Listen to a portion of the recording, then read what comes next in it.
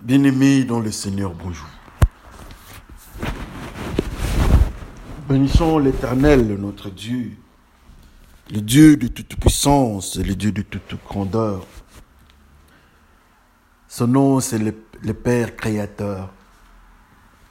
Son nom, c'est le Dieu de justice.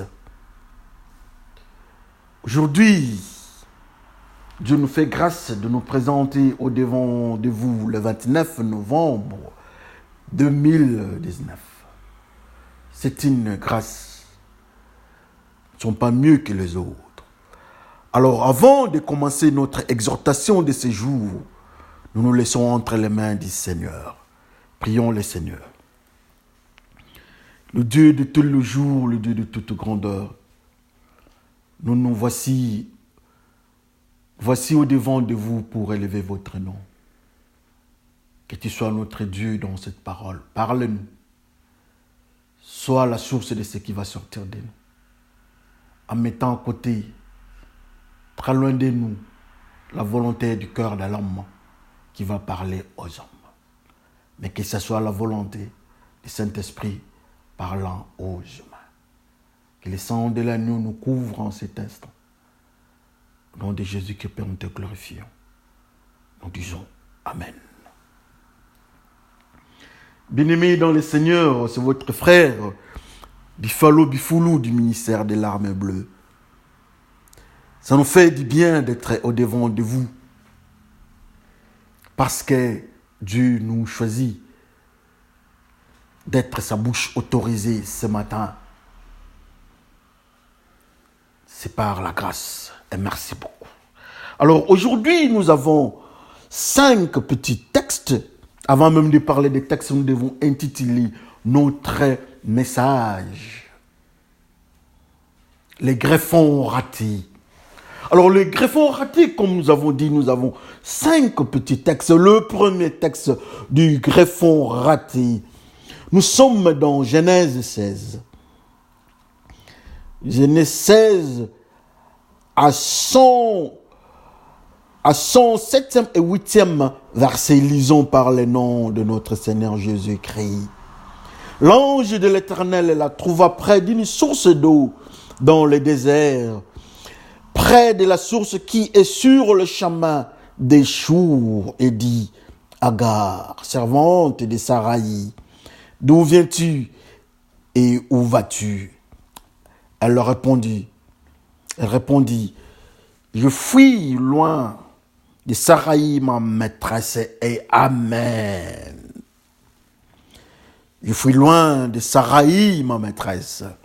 Le deuxième texte, nous sommes toujours dans Genèse 16.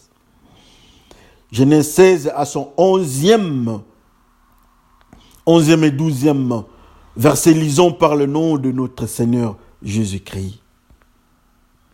L'ange de l'Éternel lui dit: Voici, tu es enceinte et tu enfanteras un fils à qui tu donneras le nom d'Ismaël, car l'Éternel t'a entendu dans ton affliction. Il sera comme un âne sauvage. Sa main sera contre tous et la main de tous sera contre lui. Il habitera en face de tous ses frères. Et nous disons Amen. Notre troisième texte, c'est dans Genèse 17. Genèse 17, 5e verset. Lisons par le nom de notre Seigneur Jésus-Christ. On t'appellera plus Abraham, mais ton nom sera Abraham, car je te rends père d'une multitude de nations. Amen.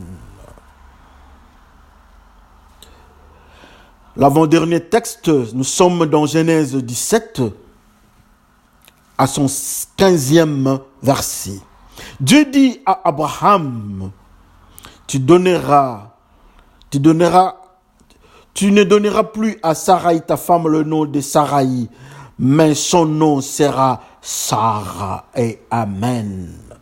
Alors, le dernier texte que nous allons citer aussi par là, c'est dans Genèse 22. Genèse 22, 13e verset. Lisons par le nom de notre Seigneur Jésus-Christ. Abraham leva les yeux et vit derrière lui un bélier retenu, dans un buisson par le corne. Et Abraham alla prendre le bélier et l'offrit en holocauste à la place de son fils. Et nous disons Amen. Très intéressant la parole de Dieu aujourd'hui. Dieu nous a enseigné, Dieu nous enseigne. Il continuera toujours à nous enseigner. Parce que lui, il est l'Éternel. Il est le Dieu de tous les jours, d'hier, aujourd'hui et éternellement. Nous avons eu 5 petits textes. Le premier texte nous parle de cette femme qui s'appelle Agar. La Bible nous dit que cette femme Agar est la servante et l'esclave de Sarai, avec précision. C'est une Égyptienne esclave de Sarai. Le deuxième texte, voilà maintenant, cette femme est enceinte. La grossesse vient de son maître qui s'appelle Abraham, avec précision Abraham. Et ils ont donné un enfant, et l'enfant s'appelle Ismaël. La Bible nous dit que cette femme, en conflit avec sa maîtresse, elle qui est une esclave égyptienne dans la maison d'Abraham, cette femme en train de fuir en face de Dieu, Dieu lui dit non, tu auras un enfant. Son nom sera Ismaël. Et cet enfant-là sera comme un âne sauvage. Et l'enfant de cet enfant, le père de cet enfant, je m'excuse, son nom c'est Abraham. Sa femme, c'est Agar. Agar l'égyptienne. Agar, la servante ou bien l'esclave de Sarai. Alléluia. Et voilà encore un jour, Dieu vient au devant d'Abraham. Dit Abraham, mon ami Abraham, écoutez, tu ne seras plus appelé Abraham, mais tu seras appelé Abraham. Et de l'autre côté, ta femme ne sera plus Sarai, mais elle sera Sarah. Très important. Très important. Il dit encore, Abraham, tu auras un enfant. Abraham, tu auras un enfant. Et le nom de cet enfant-là, on a nommé l'enfant Isma. On a donné le nom à l'enfant. Et l'enfant s'appellera Isaac. Le principe d'Isaac, c'est un principe de sacrifice. Le père Abraham amène Isaac au sacrifice. Il veut sacrifier Isaac au devant de la gloire de Dieu. Alléluia. Ça, c'est ce que nous venons de lire. D'une manière succincte, nous avons présenté ça. Mais que Dieu nous aide à comprendre. Que Dieu nous aide à voir avec l'œil du Saint-Esprit, en fait, qu'est-ce qui s'est passé dans cet environnement. Oh, les greffons ratés. Les greffons rejetés. Abraham était de l'autre côté en Égypte. Il fuit, on les chasse. Il doit quitter l'Égypte à cause de l'aventure de Pharaon qui a pris sa femme, Sarai. Et Dieu vient chez le Pharaon, dit, je vais saccager. Tu as pris la femme d'autrui, tu as pris la femme du prophète. Et Dieu a récupéré Sarai. Dieu récupère Sarai. Ça, j'aime ça. Dieu n'a pas récupéré Sarah. Il récupère Sarai, qui était dans la maison de Pharaon. Sarai dans la maison de Pharaon ne pouvait pas dire que non, je suis la femme d'autrui, je suis la femme d'Abraham. Je ne suis pas la sœur seulement, mais aussi sa femme.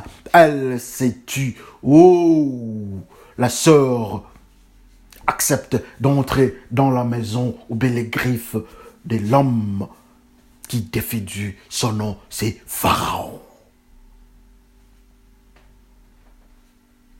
Dans cet environnement-là de difficultés, dans cette circonstance-là, Dieu approche. Il trouve son serviteur. Ils sont en bon terme avec Abraham. Je parle d'Abraham. Je vais te bénir. Tu seras mon serviteur.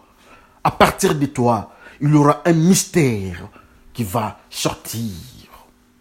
Mais écoutez alors, tu dois quitter ici. Tu dois partir.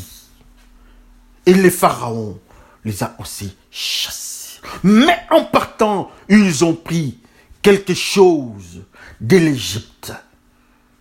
Ils ont pris l'esclave qui s'appelle Agar. Ils sont partis avec, dans le mystère de Dieu, dans la bénédiction de Dieu. Ils sont partis avec une sémence. La Bible nous dit qu'Agar est une servante. Au féminin, une servante. Donc c'est une femme qui vient de l'Égypte. Cette égyptienne esclave part avec Abraham. Et Abraham se retrouve à côté de lui. Il y a sa femme, il y a son foyer, mais il y a un autre principe qui s'appelle l'esclave Agar. Alléluia. Et voilà l'homme de Dieu dans sa vie. Dieu a bloqué la machine. Dieu a bloqué la machine. Il ne pouvait pas avoir les enfants. Sarai n'a pas d'enfants. Mais à côté de Sarai, il y a une sémence égyptienne. Mais la caractéristique de cette sémence est appelée esclave. Avec précision. C'est une femme esclave. Vous connaissez bien avec moi, dans la Bible nous dit que vous connaîtrez la vérité et la vérité vous affranchira. La vérité, c'est Jésus-Christ. Non, si nous connaissons Jésus-Christ, Jésus-Christ va nous affranchir. Nous ne serons plus esclaves quand nous sommes avec Jésus-Christ. Quand nous sommes chrétiens, nous ne sommes plus esclaves. Alors, dans le principe spirituel, cette femme qui était esclave égyptienne, qui ne connaissait pas Dieu, qui ne connaissait pas le Dieu d'Abraham, assurément, dans le principe spirituel, elle n'était pas dans le mystère de Jésus-Christ. Et ce nom, c'est esclave. Alléluia. Agar ne connaît pas Jésus-Christ. Agar, c'est une femme. La femme, c'est l'église. Mais une église qui n'appartient pas à Jésus-Christ. C'est une église païenne. C'est une sémence païenne qui vient d'abord même de l'Égypte. Mais à côté du père de la foi qui s'appelle Abraham. Voilà, cette sémence est toujours là comme un piège. C'est Pharaon qui veut prendre la femme. C'est Pharaon qui veut prendre la femme d'Abraham. Comme il a échoué dans sa mission, il le prend. Il pousse. Et voilà cette égyptienne, cette esclave égyptienne. Et maintenant, à côté d'Abraham, il y a toujours une tendance de mettre une sémence égyptienne ou bien païenne dans la maison d'Abraham, ou Abraham à cet instant-là. Ça nous intéresse plus de voir cette femme. La Bible nous dit que cette femme n'avait pas d'enfant. Sarai n'avait pas d'enfant. Elle prend la décision. Je veux que tu restes avec l'égyptienne, ma servante, l'esclave, que tu restes avec elle. Moi, Sarai, je prends la décision. Que tu restes avec l'esclave. Toi, Abraham, reste avec l'esclave. Et l'homme Abraham a accepté le principe de la femme Sarai. Sarai qui était de l'autre côté chez Pharaon. Sarai qui pousse son mari dans le chemin d'adultère. Et l'homme qui s'appelle Abraham accepte la mainmise sur l'esclave égyptienne. Quel malheur. Dans leur négociation, quelque chose vient de sortir. Il y a un enfant. L'enfant vient d'Abraham. Abraham, c'est qui? Abraham, c'est celui qui a dit à Pharaon que celle-ci est ma sœur. Mais il a bougé, il a caché quelque chose de dire que c'est ma femme. Qui est Abraham? Abraham, c'est celui qui accepte de prendre une femme esclave. Abraham, c'est celui qui prend l'église païenne, qui n'est pas chrétienne, une église esclave. Abraham prend cette église-là. Il donne naissance à un enfant qui s'appelle Ismaël. Abraham, qui dit à moitié la vérité au Pharaon. Abraham, qui cache la vérité au Pharaon, est en contact avec une femme qui s'appelle Agar, une esclave. Leur ensemblage, leur groupe, leur couple, s'il faut appeler couple, leur contact donne naissance à quelqu'un qu'on appelle Ismaël. Mais Dieu donne une précision. Il dit que cet enfant que vous aurez, toi, Abraham, est l'esclave ou celui qui ne connaît pas Jésus-Christ, celui qui n'est pas libéré, celui qui n'est pas affranchi.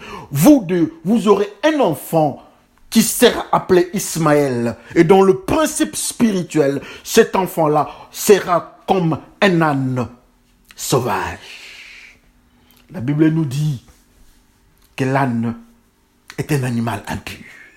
Alors si nous allons très loin dans le mystère spirituel, nous allons comprendre que le mystère Abraham, je dis bien Abraham, qui dit la vérité à moitié, et le mystère Sarai, qui est une païenne, qui est une église qui ne connaît pas Dieu, qui est esclave, leur union qui s'appelle Ismaël donne l'impureté qui s'appelle âne sauvage. Alléluia. On veut greffer, on veut mettre l'Égypte dans le mystère d'Abraham. Sachant que Dieu devait bénir Abraham, connaissant le programme de Dieu pour Abraham, ce qu'il devait faire avec Abraham, la première tentative échoua. Dieu récupère la femme qui s'appelle Sarai.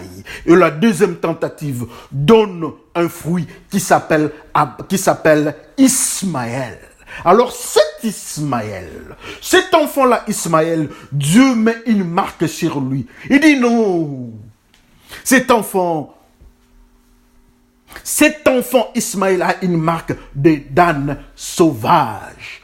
Or l'âne, comme je dis, l'âne est un animal sauvage, est un animal impur, qu'on ne pouvait pas donner, qu'on ne pouvait pas aller dans la zone sacrificielle. On ne pouvait pas aller avec l'âne à l'Holocauste. On ne pouvait pas présenter l'âne au devant de Dieu. Qu'est-ce que Dieu cache avec le nom d'Ismaël? Qu'est-ce que Dieu cache dans le principe des d'ânes sauvages? Oh, les greffons rejetés.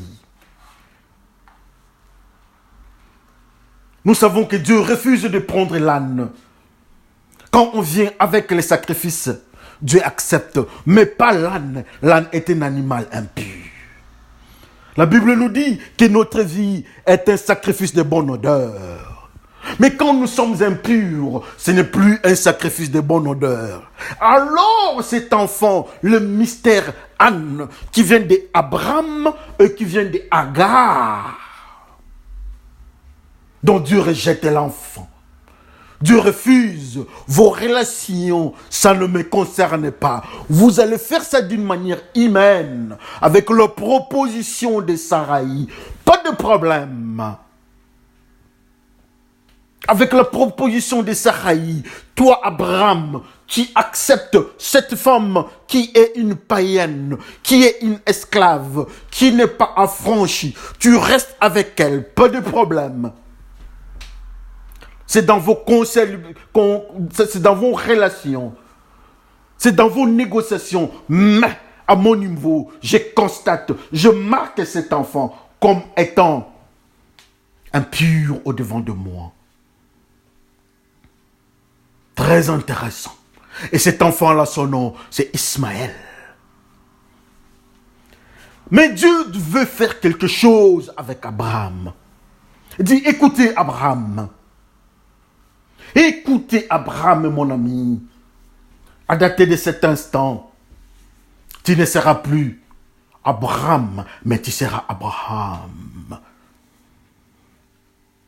À partir de toi, il y aura des nations, il y aura un fleuve, il y aura des humains qui vont sortir.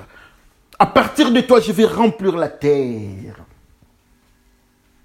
Je vais te bénir, toi. Je ne vais pas te bénir, toi, en tant qu'Abraham, mais je vais te bénir en tant qu'Abraham.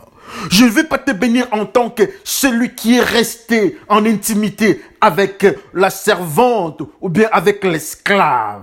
Je ne vais pas te bénir dans ce principe-là, mais je vais te bénir dans un autre principe. Repens-toi, quitte Abraham et deviens Abraham. Quitte le lit conjugal, quitte le lit de la femme qui s'appelle Agar, passe de l'autre côté. Quitte ton fils qui s'appelle l'âne sauvage ou Ismaël, viens de l'autre côté, car toi, tu dois être pur si tu veux rester avec moi. Abraham change de nom. Sur le plan spirituel, Abraham se répand. Il change. Il a une transformation spirituelle d'Abraham à Abraham. Il laisse tomber la femme qui est esclave, qui ne connaît pas Jésus-Christ, qui n'était pas affranchie. Il laisse tomber Ismaël, qui est une impureté au-devant de Dieu. Il doit faire un nouveau chemin. Alléluia. Dieu tourne de l'autre côté. Il voit la femme qui s'appelle Sarai. Il dit, écoutez Sarai, je dois bénir mon serviteur Abraham, qui était Abraham autrefois au devant du Pharaon. Il n'a pas dit la vérité. Il a dit la vérité à moitié. Tu es sa sœur, c'est vrai, mais tu es aussi sa femme. Mais là, il a caché. Et le même Abraham a pris pour femme Agar. Sous ton influence, ils ont eu pour enfant Ismaël, l'âne sauvage. Mais je l'ai béni, j'ai changé de système. Il s'est répandu. Il doit avoir un autre enfant. Alors toi, tu vas rester toujours Abraham, tu vas rester toujours Sarai. Dieu dit non, je ne vais pas bénir Sarai, assurément. Mon serviteur Abraham ne peut pas rester dans le principe de Sarai. Alors toi, Sarai, tu deviendras Sarah. Alléluia. Sarai devient Sarah. Abraham devient Abraham. Mais dans ces principes-là, il y a toujours Ismaël. Dans ces principes-là, il y a toujours l'impureté, l'âne sauvage qui bouge dans leur maison. La femme dit que l'âne sauvage, Ismaël doit quitter. Et Ismaël parta avec sa mère vers le désert. Pour une petite parenthèse, le désert, c'est là où habite le diable. Et vous allez comprendre la suite. Que Ismaël, le mystère Ismaël rentre en Égypte en prenant une femme égyptienne. Je ferme la parenthèse. Ce n'est pas notre sujet d'aujourd'hui. Et voilà encore, Dieu vient maintenant au niveau de nouveaux principes. Il y a Sarah et il y a Abraham en dehors, en absence d'Ismaël, l'âne sauvage, en absence de la femme égyptienne, en absence de l'esclave, celle qui ne connaît pas Dieu. Abraham se répand en Abraham, Sarai en Sarah. C'est une nouvelle vie maintenant dans la maison. Le principe change. Dieu dit, ok, je vais vous donner un enfant qui s'appelle Isaac. Et vous connaissez l'histoire d'Isaac. Après la naissance d'Isaac, son père, Dieu dit, sacrifie-moi Isaac. On ne peut sacrifier que ce qui est pur au devant de Dieu. Dieu demande, je m'excuse, Dieu demande à Abraham, il dit, Abraham, sacrifie-moi Isaac. Pourquoi Dieu n'avait pas demandé à Abraham de sacrifier Ismaël? Mais Dieu demande à Abraham de sacrifier Ismaël. Pour dire que j'ai rejeté cet enfant-là. Je ne pouvais pas accepter, son nom c'est qui? Ismaël. Mais je veux Isaac. Donne-moi Isaac. Isaac est pur. Isaac peut entrer dans le service sacrificiel. Isaac, c'est un produit que moi je veux.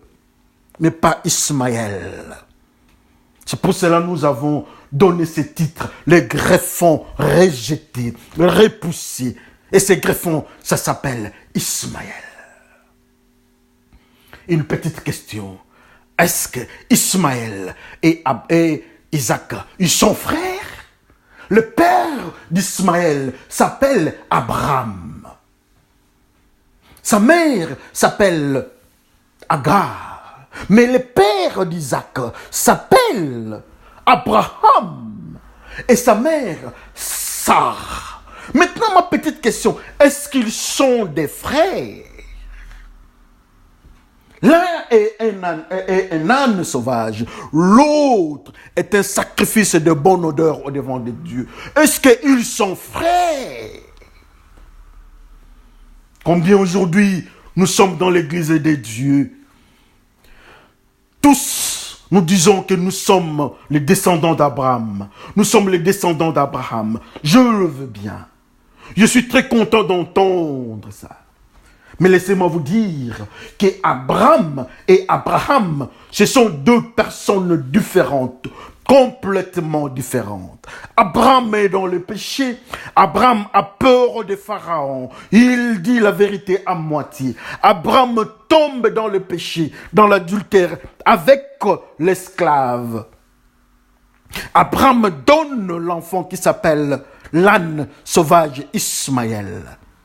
De l'autre côté, Abraham, c'est le mari de Sarai la repentie. Abraham est l'ami de Dieu. Abraham donne pour fils Isaac. Maintenant, ma question est celle-ci. Isaac qui est pur, ma question est celle-ci. Voyons notre vie. Voyons notre manière de nous comporter. Nous sommes Ismaël, le fils d'Abraham. Ou bien nous sommes Ismaël, le fils d'Abraham, ou bien nous sommes Isaac, le fils d'Abraham.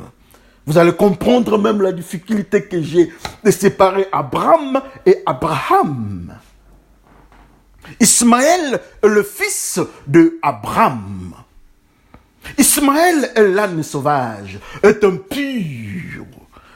C'est un enfant de la même personne physique, mais son nom c'est Abraham. Mais nous autres, quand nous venons, nous disons que nous sommes le fils et les descendants d'Abraham. Mais nous sommes Isaac, ou bien nous sommes Ismaël. Sommes-nous les descendants d'Abraham, ou bien descendants d'Abraham? Que chacun regarde sa vie.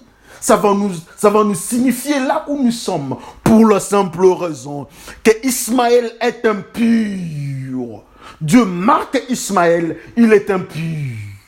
À cause de ses origines spirituelles. Mais Isaac est pur. Dieu demande même qu'on sacrifie Isaac. Isaac est le fils d'Abraham.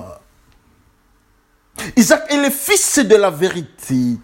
Isaac est le fils de la pureté. Isaac est dans le principe de la pureté. Mais alors quand nous chantons dans l'église, alors quand nous enseignons dans des églises, nous voyageons en tant qu'Isaac, le fils d'Abraham, ou bien nous voyageons en tant qu'Ismaël, le fils d'Abraham.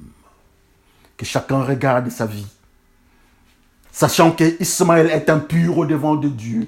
Et il est parti dans le désert. Il a choisi comme location le désert. Le désert, c'est chez les diables. Quand vous regardez encore un autre principe, Ismaël, la fille d'Ismaël, a eu pour mari Ésaü. Et Dieu dit, j'ai haï Ésaü. Comment pouvez-vous expliquer? C'est un hasard, je ne sais pas. Mais à Ésaü, que Dieu repousse le mystère Ésaü, l'homme à poil, Dieu le repousse. Il cherche pour femme et il prend la femme, l'enfant de notre impur qui s'appelle Ismaël, le fils d'Abraham. Alors nous autres, dans nos relations, nous sommes dans le chemin d'Isaac ou bien nous sommes dans le chemin d'Ismaël. Combien de fois on nous appelle, on nous dit que nous sommes les enfants d'Abraham. Ça, ce sont des chansons de l'église. C'est ce que nous chantons. Nous prêchons des fois. On nous appelle pasteur. Oui, je veux bien. Tout le monde dit que nous sommes de la descendance d'Abraham.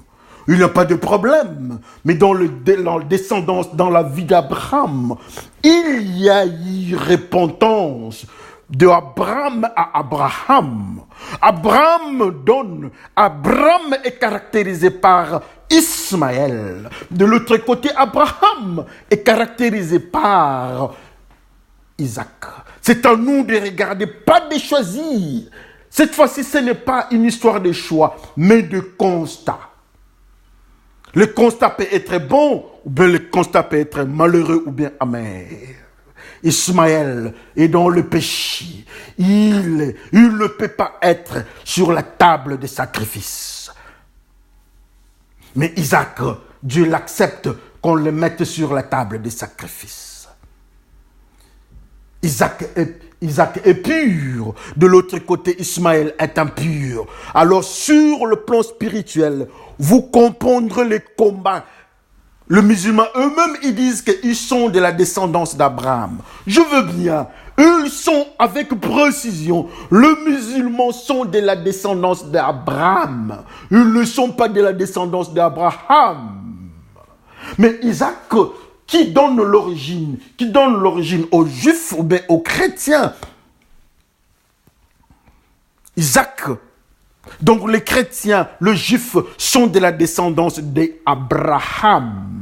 Sur le plan spirituel, l'un est pur, l'autre est impur. L'un est Isaac, l'autre est Ismaël. Ismaël est impur, Isaac est pur. Donc ils ne peuvent pas s'entendre. Alors vous comprendrez le conflit entre les musulmans et les chrétiens. Le conflit entre les musulmans et les juifs. Vous allez comprendre qu'est-ce que ça signifie dans le mystère spirituel. Ils ne peuvent pas se mettre ensemble. Que chacun regarde sa vie. Que chacun regarde sa vie. Abraham, le père de la foi. Je veux bien, mais ma question est celle-ci. C'est Abraham ou bien Abraham qui est votre père? Vous avez choisi quel père? Est-ce qu'il y a à choisir encore bien constaté? Mais si nous sommes Ismaël, comme Abraham avait changé de nom, assurément nous pouvons y changer. Si nous étions impurs, si nous étions Ismaël, nous pouvons devenir Isaac. Comme Abraham quitte Abraham pour devenir Abraham. Comme Sarai quitte Sarai pour devenir Sarah. Sauf la personne qui n'a pas changé. Son nom c'est Agar. C'est une Égyptienne. Elle est partie vers le désert. Elle n'a pas changé. Mais Sarah y change. Abraham change. Sarah devient Sarah. Et l'autre, Abraham devient Abraham. Alors si toi tu ne changes pas, tu ne veux pas changer, de quitter le péché vers le pur, ça signifie que ton nom c'est Agar, la servante ou bien l'esclave de Saraï, dont tu ne connais pas Jésus-Christ. Parce que quand on connaît Jésus-Christ, on n'est plus esclave, on est libéré. Oh, le greffon rejeté. On a rejeté Ismaël. Est-ce que quand nous venons au devant de Dieu, en tant que greffon, est-ce que Dieu nous accepte? Dieu accepte. Il accepte Isaac. On greffe Isaac dans les mystères de Dieu. Mais quand on est venu avec Ismaël, Dieu a refusé. Alors quand on vient avec nous autres, est-ce que Dieu va nous accepter ou bien il va nous rejeter? Que chacun regarde sa vie. Que le Seigneur vous bénisse. Merci beaucoup, mettons-nous dans la prière. Le Dieu miséricordieux, le Dieu de tous les jours, le Dieu de bénédiction, nous voici au-devant de toi. Aide-nous à comprendre que Abraham, tu n'as pas béni Abraham, mais tu as béni Abraham. Abraham n'a pas dit la vérité totalement au Pharaon. Abraham est tombé entre les mains de la femme impure, Agar l'esclave. Et comme conséquence, Abraham donne naissance à Ismaël, l'âne sauvage. Mais tu es le Dieu de toute puissance et d'amour. Tu dis non, moi je vais traiter avec Abraham. Et Abraham devient Abraham pour donner naissance à Isaac, qui est l'enfant pur, que toi-même tu veux qu'on le mette sur la table des sacrifices. Et Saraï devient Sarah. Et moi aussi aujourd'hui, je viens auprès de toi. Je veux que je change. Je vais naître de nouveau. Comme Saul était devenu Paul. Comme Jacob était devenu Israël. Moi, je vais changer aussi. Je vais naître de nouveau. Je vais être une nouvelle créature par le sang de Jésus-Christ. Merci Père pour cette parole. Par le nom de Jésus-Christ, Père, nous te glorifions. Par le même nom, disons tous Amen. Que le Seigneur vous bénisse. Souvenez-vous que nous sommes des Ismaël. Nous ne sommes pas des Ismaël, mais nous sommes des Isaac. Que le Seigneur vous bénisse à jamais. Merci. À la fois prochaine. Bye.